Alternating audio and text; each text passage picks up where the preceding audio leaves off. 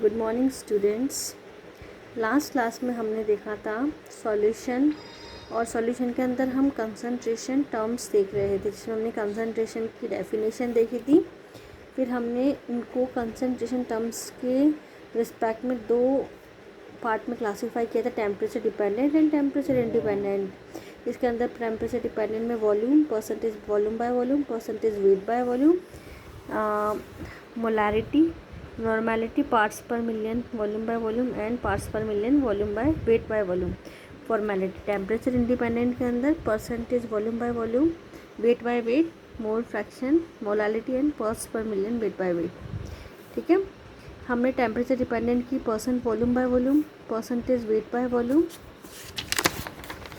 और percentage weight by volume, molarity, ये terms हमने लास्ट क्लास में देख ली थी। फिर हमने थोड़ा सा स्ट्रेंथ का पार्ट देखा था। आप प्रैक्टिकल पार्ट में देखते हो, प्रैक्टिकल पार्ट में स्ट्रेंथ को आप कैलकुलेट करते हो। ठीक है, तो मोलारिटी, स्ट्रेंथ, इनके बीच में क्या रिलेशनशिप है ये भी हमने लास्ट क्लास में देख लिया था। ठीक है, स्ट्रेंथ आपके एनसीईआरटी के पॉइंट ऑफ व्यू से नहीं है, लेकिन आपके प्रैक्टिकल के अंदर आपको स्ट्रेंथ निकालनी पड़ेगी, और इसलिए हमने थोड़ा सा डिटेल के अंदर देखा था। ठीक है, स्ट्रेंथ।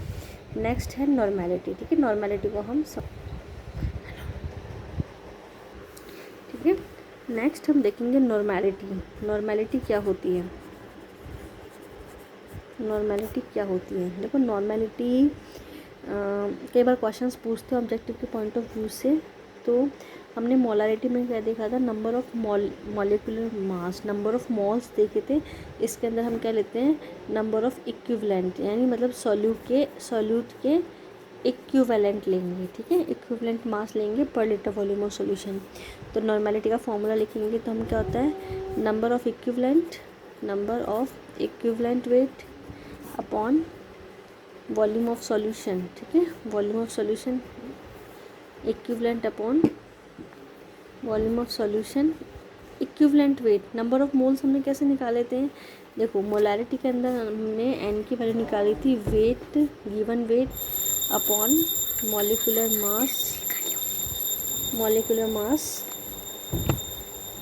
ठीक है, given weight upon molecular mass. ठीक है, यहाँ से हमने नंबर ऑफ मोल्स निकाले थे।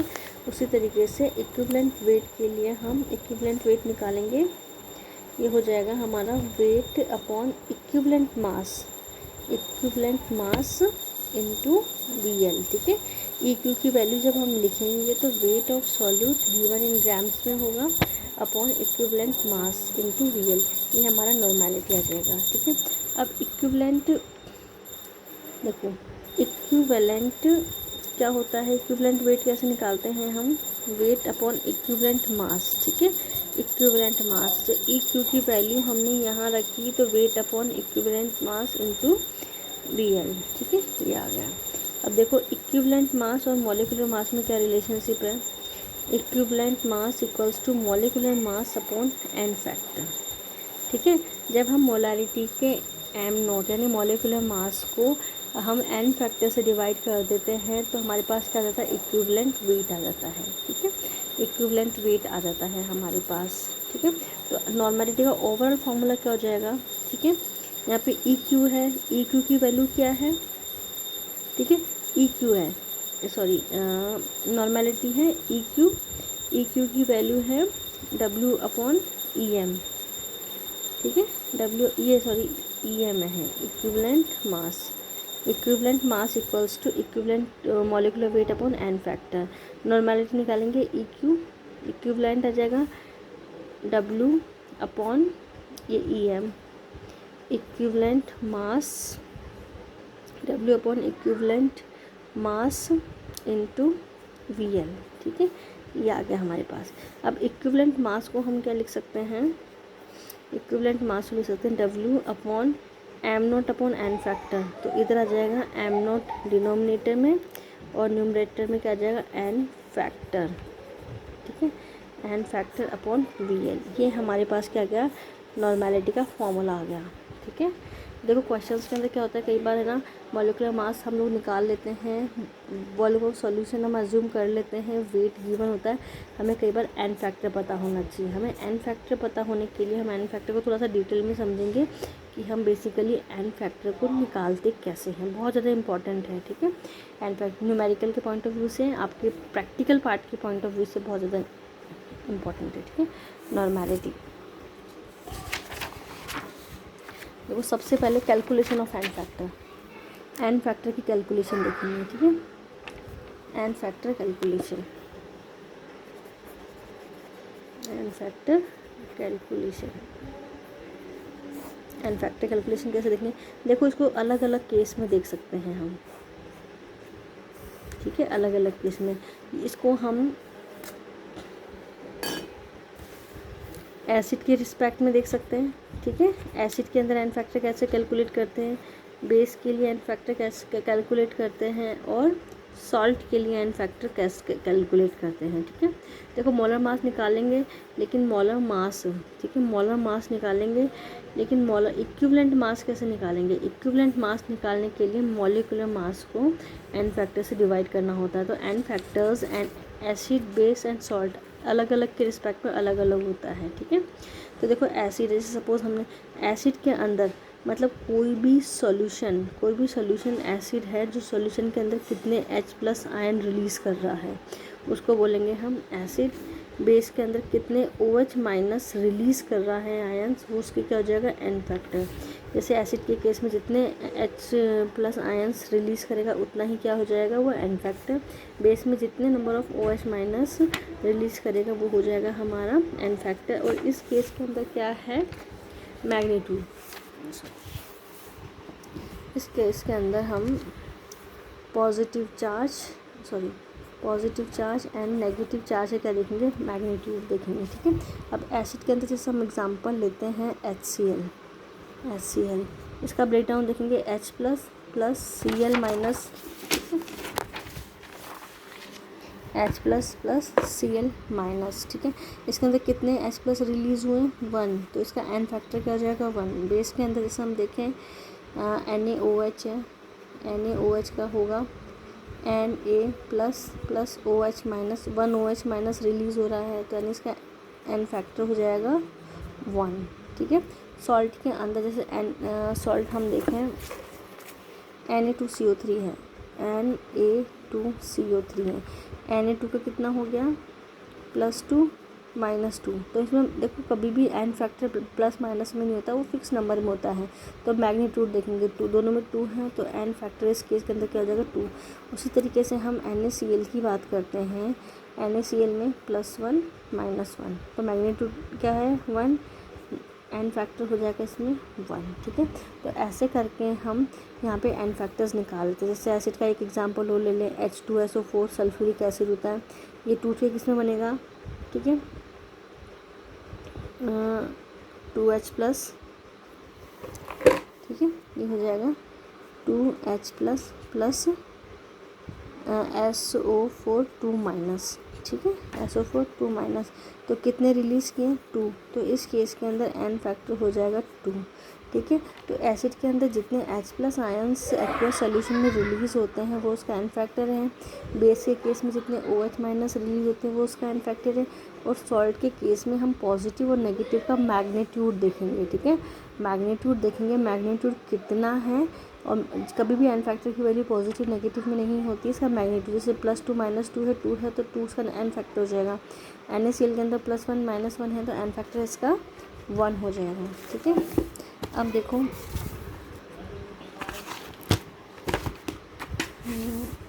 नॉर्मेलिटी का हमारे पास फॉर्मूला निकल के आया, =, weight of solute into N factor upon m0 molecular mass into VL। ठीक है, ये आया। ठीक है, और हमें पता है कि मोलारिटी क्या होती है, W/m0 इंटू VL, ये हमारी क्या होती है, मोलारिटी होती है। तो देखो ये जो टर्म है, ये टर्म है, इसमें कॉमन है। ठीक है, तो हम इस टर्म की जगह हम क्या लिख सकते हैं, मोलारिटी। तो हो जाएगा n equals to m into n factor, n factor, ये आ गया। ठीक है, ये हमारा रिलेशनशिप हो गया किसमें, नॉर्मेलिटी एंड फॉर्मेलिटी के अंदर रिलेशनशिप। ठीक है, ये हो गया हमारा रिलेशनशिप जो कि बहुत इम्पॉर्टेंट है। ठीक है, नेक्स्ट है हम देखेंगे फॉर्मेलिटी। 5 फॉर्मेलिटी। देखो फॉर्मेलिटी आपकी एनसीईआरटी में नहीं दे रखा है, लेकिन इसका क्या है, एक पार्ट है लास्ट के अंदर, वेंट ऑफ फैक्टर्स। ठीक है, went of equation, went of equation. ठीक है, उसके लिए हमें फॉर्मेलिटी को समझना ज़रूरी है। ठीक है, और कॉम्पिटिटिव एग्ज़ाम्स की बात करें आईआईटी नीट के अंदर, उसके अंदर फॉर्मेलिटी को एक्सप्लेन किया हुआ है, तो आपके एनसीईआरटी में टर्म्स में नहीं है इसलिए, लेकिन मैं इसको समझा रही हूँ क्योंकि वेंट ऑफ फैक्टर्स पूरा क्या है, फॉर्मेलिटी से रिलेटेड है। ठीक है, देखो हमने मोलैरिटी के अंदर तो लिया, क्या लिया मोलैरिटी के अंदर हमने, मोलर वेट। ठीक है, मोलर वेट लिया। नॉर्मेलिटी के अंदर हमने लिया, क्या लिया, इक्विवेलेंट वेट। ठीक है, और फॉर्मेलिटी के अंदर हम क्या लेंगे, formula wait, formula wait. Formula wait को हम समझेंगे तो फॉर्मेलिटी क्या होती है, नंबर ऑफ 4 मोल। ठीक है, number of 4 mole of solute, मतलब 4 मोल ऑफ सोल्यूट, सोल्यूट के 4 मोल्स को निकालना ही पर लीटर वॉल्यूम ऑफ सॉल्यूशन में, वो क्या है हमारी फॉर्मेलिटी। ठीक है, अगर हम बात करें 1 मोल की, डेफिनेशन में 1 मोल की बात करें तो हमारे पास क्या जाता है, मोलैरिटी। ठीक है, इक्विवेलेंट की बात करें तो क्या जाता है हमारे पास, नॉर्मेलिटी। ठीक है, और अगर हम फॉर मोल की बात करें तो हमारे पास क्या जाता है, फॉर्मेलिटी। ठीक है, तो यहाँ पे डेफिनेशन के अंदर इनका सिर्फ एक वर्ड्स के चेंज के चक्कर में पूरी डेफिनेशन, अगर हम 1 मोल के लिए पर लीटर सॉल्यूशन के अंदर हम निकाल रहे हैं, ठीक है, मोल्स, तो मोलैरिटी है, इक्विवेलेंट वेट निकाल रहे हैं तो नॉर्मेलिटी, 4 मोल्स के लिए निकाल रहे हैं पर लीटर सॉल्यूशन के अंदर तो वो क्या है हमारी फॉर्मेलिटी। ठीक है, देखो सब फॉर्मूला देखेंगे, formula equals to number of 4 moles. ठीक है, नंबर ऑफ 4 मोल्स, इसको डिनोट करेंगे हम FN से upon volume of solution VL।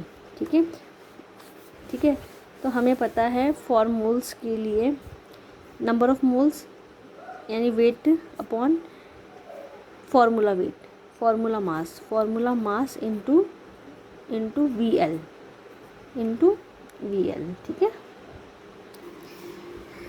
ठीक है, ये है फॉर्मेलिटी FN अपॉन VL, और हमें पता है कि FN जो है, ठीक है, FN को निकाल सकते हैं हम wait of solute, wait of solute upon formula mass. ठीक है, तो ये वैल्यू जब हम यहाँ पे रख देंगे तो हमारे पास आ जाएगा W upon FM into V/L। ठीक है, ये आ गया हमारे पास, फॉर्मेलिटी क्या आ गया हमारे पास, W upon formula mass into VL। ठीक है, ये जो फार्मूला मास है, ठीक है, फॉर्मेलिटी के अंदर जो फार्मूला मास है यही हमारा क्या है, फॉर्मेलिटी है, फार्मूला मास है यही, इसी को हम बोलते हैं molecular mass observe, molecular mass observe, molecular mass observe. देखो जो भी हम मोलैरिटी के अंदर जो लेते हैं ना, weight upon m0 into VL। ठीक है, ये हम मोलैरिटी में लेते हैं, तो ये जो m0 है ये क्या है, मॉलिक्यूलर मास है। ये क्या होता है, इसकी जो वैल्यू होती है ना वो थियोरेटिकल होती है, क्या होती है, थियोरेटिकल। लेकिन जो फार्मूला मास होता है ना, ये मॉलिक्यूलर मास ऑब्जर्व, मतलब कि हमने एक्चुअली में क्या, ये तो थियोरेटिकल है। जैसे अगर हम बात करें NaCl की, NaCl का अगर हमें मॉलिक्यूलर मास निकालना है तो सपोज़ Na का होता है 23, ठीक है, 23 प्लस Cl का हो गया 35.5, टोटल निकालेंगे 58.5। तो 58.5 है, ये क्या है, सोडियम क्लोराइड का थियोरेटिकल मास है। लेकिन मॉलिक्यूलर मास तो हमें क्या करना पड़ेगा, एक्सपेरिमेंटल वैल्यू है, जिसको हमें एक्सपेरिमेंट करके ऑब्जर्व करना पड़ेगा। तो जो फार्मूला के अंदर जो फार्मूला मास होता है ना, इसी को हम एक्चुअली क्या बोलते हैं, मॉलिक्यूलर मास ऑब्जर्व, क्या बोलते हैं इसको हम, मॉलिक्यूलर मास ऑब्जर्व। ठीक है, अब ठीक है, इसको हम जिसके लिए पढ़ रहे हैं अब वो चीज़ देखेंगे। ठीक है, ठीक है, इसके लिए एक टर्म है रिलेशनशिप। ठीक है, relation between formality and molarity. ठीक है, रिलेशन की बात करेंगे कि फॉर्मेलिटी और मोलारिटी के अंदर क्या रिलेशन है। ठीक है, देखो हमने फॉर्मेलिटी क्या निकाला, formality equals to weight, formality equals to weight upon formula mass into VL। ठीक है, VL इक्वल्स टू, इसको हम ज़्यादा और क्या लिख सकते हैं, वेट अपॉन फॉर्मूला मास को हम ये लिख सकते हैं observed mass, mass observed mass into volume of solution. ठीक है, ये लिख सकते हैं।